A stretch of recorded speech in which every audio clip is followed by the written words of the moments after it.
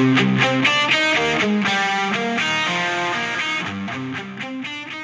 going on, guys? JD at JD's Custom Buggies. If you watched the last video, we just got done installing an SSPG roller torque spring base on our clutch. So I figured I'd make a video, and the only reason is I've had 3 people in the last 2 weeks ask me, how do I put on a belt that I've sent them out a belt? So I figure I'd at least take the moment, make this video. So if you've never installed a belt before, which is fine, everybody does something for the first time, I figured this would be the perfect opportunity to show everybody how to install a belt. So everything is apart. I do have the variator in there, but while we're on it, I'm going to take the variator off. We're going to check our variator weights while I'm in here.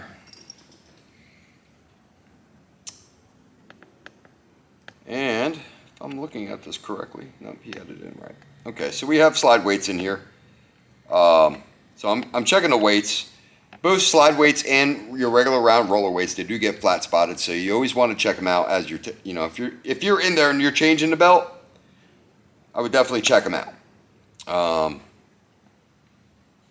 Usually people don't change their belts when they break. If you break a belt, it's really not a bad idea to order a set of weights to go in there too. And if you have your stock weights now, then would be the good time to order some maybe 10-gram roller weights and maybe even a torque spring. And change them all at once because you're already in the CVT cover. But if you break a belt, definitely change the weights. We tend to change belts a lot. I probably change a belt every other race. So if that's the case, you just give the weights a look over, and if they look good, good enough. But yes, I have been in situations where I felt like running on the track. My machine was a couple of RPMs down. I kind of describe it as a dead tennis ball. It just kind of feels soft and dead and not as snappy as normal. And belt width can have a lot to do with that. So I have changed belts and made it and noticed the difference in having it feel better. For everyday riding situation, I don't think anybody's really paying attention. So really not an issue. So when you install the variator, I have the weights in where I want them. It's a little more imperative that you kind of keep the clam shell together there, so your slider weights don't flip. On a round weight, it's not gonna flip, but you still want to take a hold of it, and you want to make sure that you got them together until you slide this all the way till it stops. All right. On the old style motors like this one, it's the kickstart gear. They use that for the spacer for the variator. On a more modern motor with internal reverse, there's usually, if it doesn't have a kickstart gear there and there's like a step down in the crank, then you just push it until it stops. Now, Scott's got a shim on here, a variator shim. We'll talk about that some other time. So we're going to replace this variator shim. And that basically, all that is doing is extending the boss and allows the belt to get deeper in the pulley. So if anything, it's going to equate into a little more stall. It'll build up some more RPMs before it actually grabs the belt because it's further down in the pulley. We're going to grab our clutch assembly. We're going to slide it on, and we're just going to leave it like that. We're not putting any nuts on right now. Now I am replacing this is a fairly new belt. The reason why we took it apart was for something else, was to install that torque spring roller. So we're going to replace this belt. Now what I do is, you can see it's tight.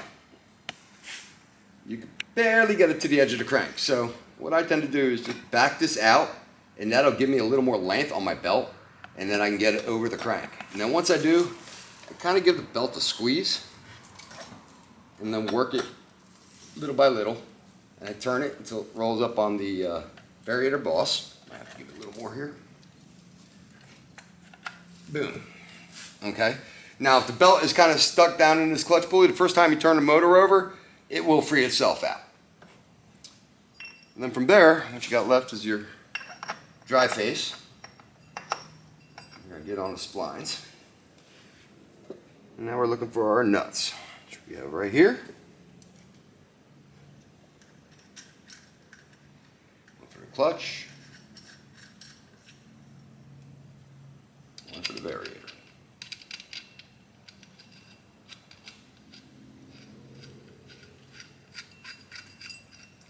Now, we didn't take this stuff off in this video, but if you watch the torque spring pulley video, you'll notice that all we used was a an impact gun. So, what did I do with my socket? There it is. Okay, so I got a Makita 18 volt here, and usually that's all I've installed it with is an electric impact gun. You don't want to get it on so tight. When it stops, that should be good enough. So that's basically installed. There, you just replace the cover, insert the bolts, put the exhaust back on.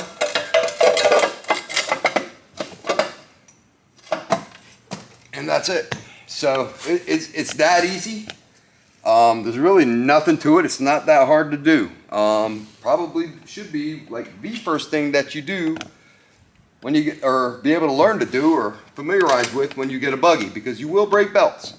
If you do break a belt, like a good gauge belt, and it shreds, either that belt is very old, but if it's something you've recently replaced, then I would look elsewhere for the problem.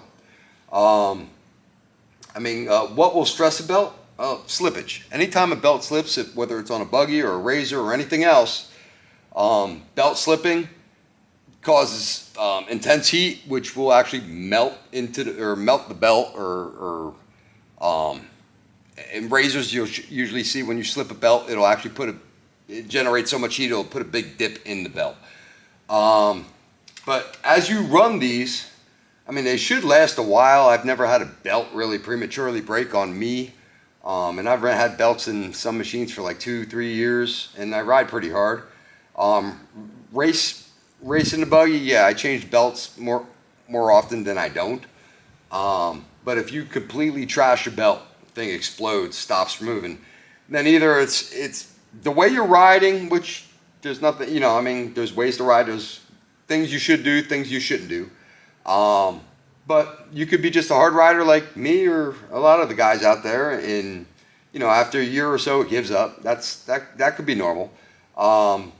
Carrying a lot of weight, putting a lot of stress on the motor, stepping on the gas where it's kind of like straining so much. That belt's going to slip, it's going to melt. Water is the other thing that will destroy a belt. You get water in there and everything's wet.